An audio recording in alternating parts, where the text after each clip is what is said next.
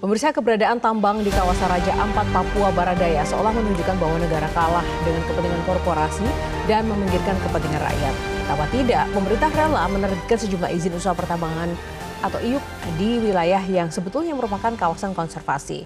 Dan tidak hanya satu, bahkan ada 5 perusahaan tambang yang memiliki izin resmi untuk beroperasi di wilayah Raja Ampat. Izin operasi 5 perusahaan tersebut keluar pada tahun 2013, 2017, dan 2025, di mana keberadaan izin tambang itu berada di kepulauan kecil menunjukkan bahwa pemerintah lebih memihak kepentingan ekonomi daripada kepentingan ekologis, padahal keduanya harus dijaga sama kuat. Inilah editorial Media Indonesia edisi Rabu 11 Juni 2025 dengan tema Upaya Kuat Jaga Raja Ampat. Bersama saya Yohana Margareta, Anda juga bisa berpartisipasi, berinteraksi melalui line telepon di 0215839900. Pagi ini telah bersama saya, anggota Dewan Redaksi Media Group, Aris Fadilah. Mas Aris, selamat pagi Mas Aris. Pagi Yohana. Kemarin sudah ada polemik dengan dukungan netizen, ini menjadi sorotan dan perhatian, dan akhirnya Presiden Prabowo mencabut 4 izin tambang. Bagaimana kita melihat situasi ini? Ya, biar bagaimanapun kita harus menghargai upaya pemerintah untuk responsif dan kemudian mencabut 4 izin dari 4 perusahaan tambang di Raja Ampat yang beberapa waktu ini menimbulkan polemik. Tapi yang perlu digarisbawahi adalah kenapa bisa ada izin di kawasan geopark seperti Raja Ampat. Itu yang harus kemudian mungkin ditelusuri seperti apa sebenarnya. Benar tadi kata editorial Media Indonesia bahwa ini bukan semata-mata soal ekonomi, soal hilirisasi dan segala macam, tapi ini soal juga harus keseimbangan dengan ekologis karena dampaknya luar biasa, dampak soal alam, soal air, soal lingkungan hidup, biodiversity dan segala macam, dan itu harus seimbang antara ekonomi dengan hal-hal semacam itu. Nah, kenapa kemudian bisa terbit? Artinya di situ juga sebenarnya siapapun ya pemerintahnya, itu ada unsur pemerintah dan negara juga. Betul. Yang tadi dikatakan kalah dengan kepentingan korporasi. Tapi berarti korporasinya sekuat itu dong bisa kalah dengan negara, mengalahkan negara begitu? Ya, bukan seperti itu. Mungkin kita harus lihat seperti apa izinnya itu ya. Siapa yang memberikan izin? Kan kalau kita lihat ya, izin IUP, izin usaha pertambangan itu kan sebelum tahun 2020, Undang-Undang Nomor 3 tahun 2020 soal minerba itu sebelumnya diberikan oleh pemerintah daerah. Kemudian sejak 2020 semua izin usaha pertambangan itu diambil alih oleh pusat, ya kan? Nah, data KPK menyebut banyak izin-izin lama yang diterbitkan oleh pemerintah daerah itu banyak bermasalah. Banyak bermasalah itu soal pengawasan, ya soal bagaimana syarat-syarat untuk sebelum terbit, kemudian pengawasan,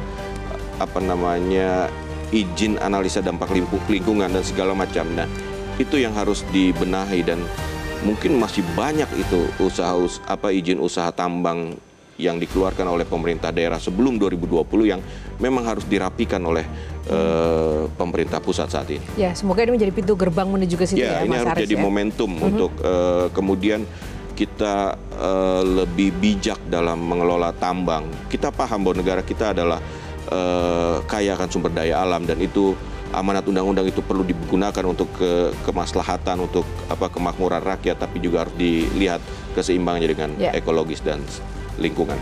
Baik, Mas Aris, sebelum kita ulas lebih dalam lagi, kita saksikan dulu ulasan yang satu ini.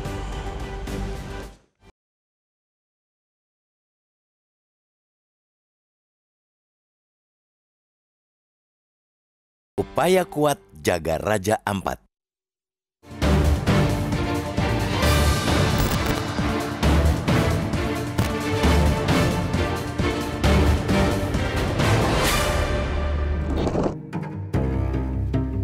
Sudah semestinya negara selalu tunduk dan taat pada konstitusi, utamanya menjaga keselamatan rakyat dan wilayah, serta memastikan hak dasar masyarakat dipenuhi.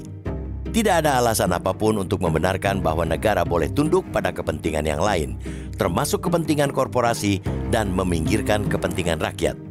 Namun ironisnya, justru itulah yang tersaji di Kepulauan Raja Ampat, Papua Barat Daya. Ada kesan bahwa selama ini negara telah kalah oleh kemauan dan kepentingan korporasi. Kesan itu memancar kuat setelah pemerintah menerbitkan sejumlah izin usaha pertambangan atau IUP di wilayah yang sebetulnya merupakan kawasan konservasi tersebut. Tidak tanggung-tanggung, ada 5 perusahaan tambang yang memiliki izin resmi untuk beroperasi di wilayah Raja Ampat. 2 perusahaan memperoleh izin dari pemerintah pusat, yaitu PT Gag Nikel dengan izin operasi produksi sejak 2017 dan PT Anugrah Surya Pratama ASP sejak 2013. 3 perusahaan lainnya memperoleh izin dari pemerintah daerah, yakni PT MRP pada 2013, PT KW Sejahtera Mining pada 2013, dan PT Nurham pada 2025.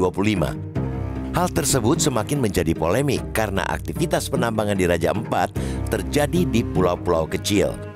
Padahal, Undang-Undang Nomor 1 Tahun 2014 tentang pengelolaan wilayah pesisir dan pulau-pulau kecil telah secara tegas melarang aktivitas tambang di pulau dengan luas lebih kecil atau sama dengan 2.000 km persegi beserta kesatuan ekosistemnya.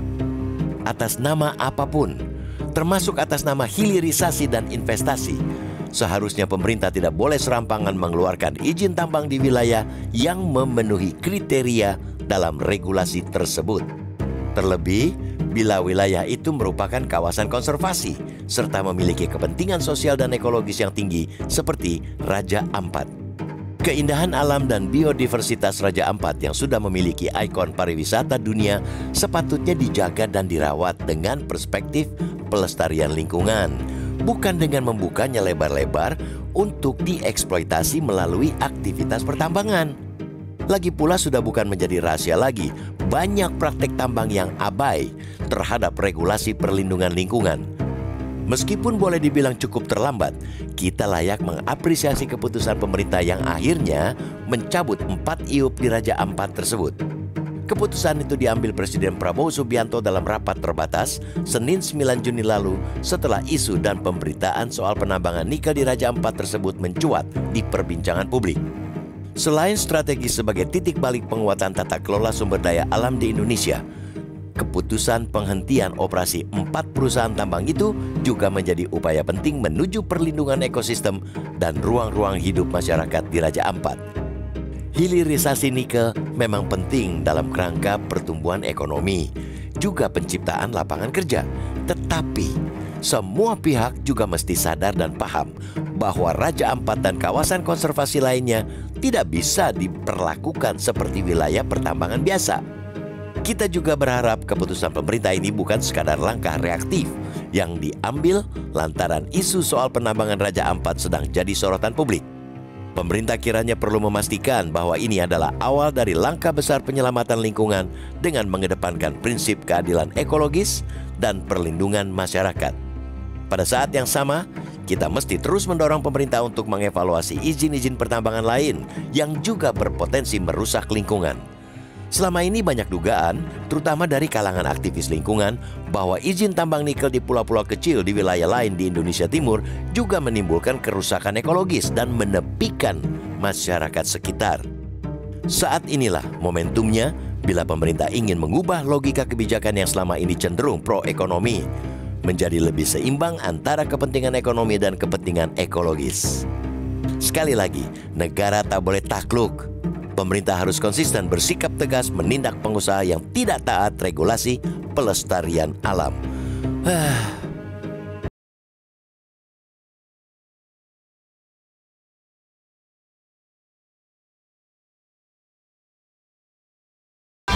Ya pemirsa, sebelum kita lanjutkan pembahasan upaya kuat jaga Raja Ampat, kita akan jeda dulu dan kami ingatkan Anda untuk bisa berpartisipasi dan berinteraksi bersama kami terkait tema pagi ini melalui telepon interaktif di 0215839900. Editorial akan kembali selesai jeda.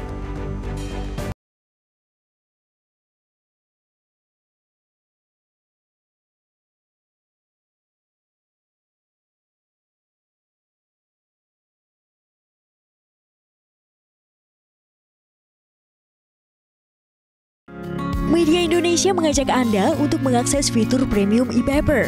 Dengan sajian konten berbasis intelektual dan meneguhkan kebangsaan, Media Indonesia tampil dengan lebih dinamis melalui e-paper Media Indonesia yang dapat Anda akses kapan saja, di mana saja. Caranya mudah, download aplikasi Media Indonesia di Android atau ketik link ePaper.mediaindonesia.com atau bisa scan QR Code pada layar kaca Anda. Klik tab ePaper di bagian samping layar tablet Anda, daftarkan data diri, serta pilih paket berlangganan ePaper Media Indonesia sesuai dengan kebutuhan Anda. Nikmati juga bonus spesial tambahan 4 halaman rubrik fokus setiap hari. Semua bisa Anda dapatkan hanya di ePaper Media Indonesia. Untuk informasi lebih lanjut, hubungi customer service di nomor 0811 1201 2018 atau kunjungi media sosial @mediaindonesia. Media Indonesia, referensi bangsa. Ya pemirsa, kita sudah bergabung dengan salah satu penelpon yang tersambung bersama editorial. Ada Pak John Veto dari Batam, Kepulauan Riau. Kita sapa Pak John Veto. Selamat pagi Pak John. Selamat pagi Mbak Yohana, selamat pagi Mas Aris, salam sehat selalu. Pagi Pak. Ya silakan Pak John, tanggapan Anda terkait dengan tema kita kali ini. Upaya kuat jaga Raja Ampat. Ini gini Mbak Yohana, Mas Aris. Saya juga kaget juga dengan Raja Ampat yang begitu dibangga-banggakan. Raja Ampat sebenarnya bukan punya Indonesia lagi, karena dia masuk Geopark, artinya dia destinasi wisata berkelaskan internasional. Coba tengok lah, ada kapal pesiar yang mewah itu berkunjung di sana. Jadi ini dirusak oleh apa nih? Apapun ceritanya, ya galian C itu merusak lingkungan. Tapi kalau ditata dengan kelola yang bagus, itu pasti menguntungkan. Ada realisasi di situ. Tapi anehnya dari Republik kita nih Mbak Yohana, kenapa muncul dulu, rusak dulu, baru ribut kita? Dan itu artinya ada yang tidak beres, perlu perizinannya. Kenapa bisa keluar izin tambang di situ? Padahal sudah ada aturan, sudah ada regulasinya. Jadi ini banyak daerah lain lagi yang begini nih Mas Haris, Mas Yohana. Ya, memang kita yang apa kan hilirisasinya nih. Tapi kenyataannya di hilirisasi itu kadang-kadang di daerah situ juga banyak juga yang miskin masyarakatnya. Jadi ini membingungkan.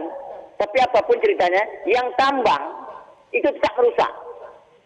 Kalau tidak dikelola, apalagi tidak dikelola yang bagus, dikelola yang bagus ini merusak juga dia. Karena tambang itu tidak bisa lagi ditambah, tidak bisa lagi didatang. Ini yang aneh di Republik Indonesia nih. Banyak kok sektor lain yang bisa mengangkat pendapatan daerah, janganlah di situ. Apalagi ini daerah Indonesia Timur itu kan ada yang bagus, Pulau Komodo. Ternyata Pulau Komodo juga ada juga yang ditambang. Jadi ini harus pemerintah sih betul-betul lah ya. Untunglah alhamdulillah nih Bapak Prabowo nih. Ada 4 izin yang dicabut dia.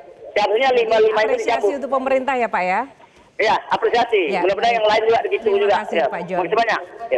Terima kasih Pak John Veto. Silakan. Ya, kita senada dengan Pak John gitu ya, bahwa tambang itu memang perlu untuk ekonomi, dan itu juga amanat undang-undang kekayaan negara, sumber daya alam itu harus dikelola untuk kemakmuran rakyat. Tapi ada beberapa hal yang harus diperhatikan, karena bagaimanapun menambang itu pasti dalam tanda kutip merusak alam, ya kan.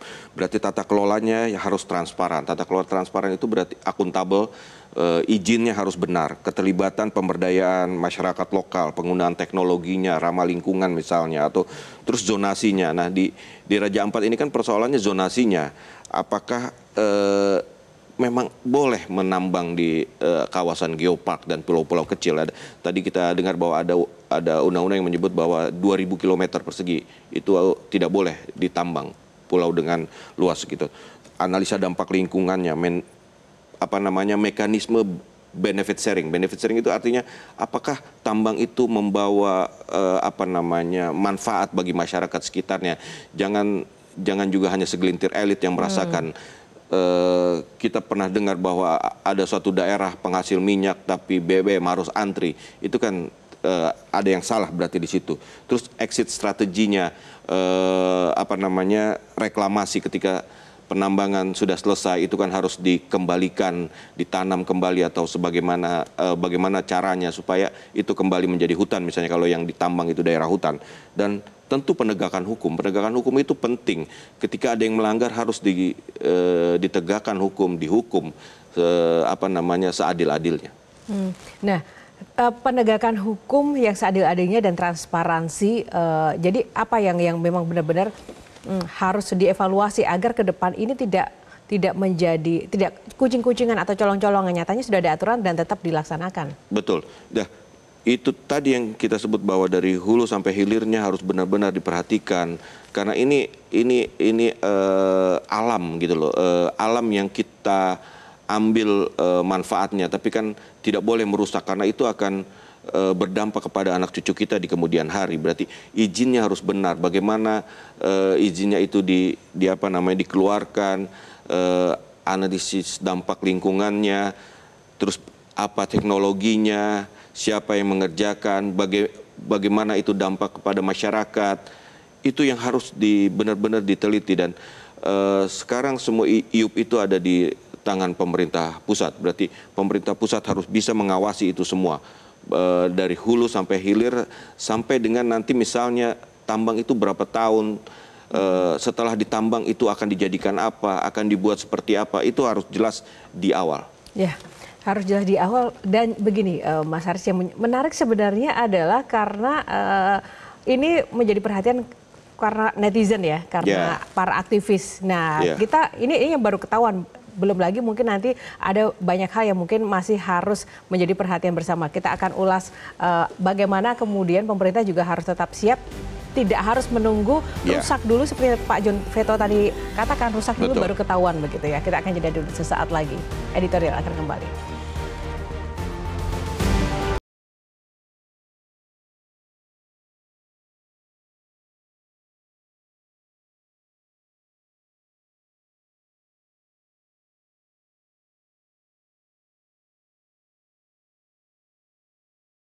Ya, kembali di Editorial Media Indonesia. Nah, Mas Aris melanjutkan tadi ya, pertanyaan dan juga pernyataan dari Pak John Veto penelpon tadi menarik.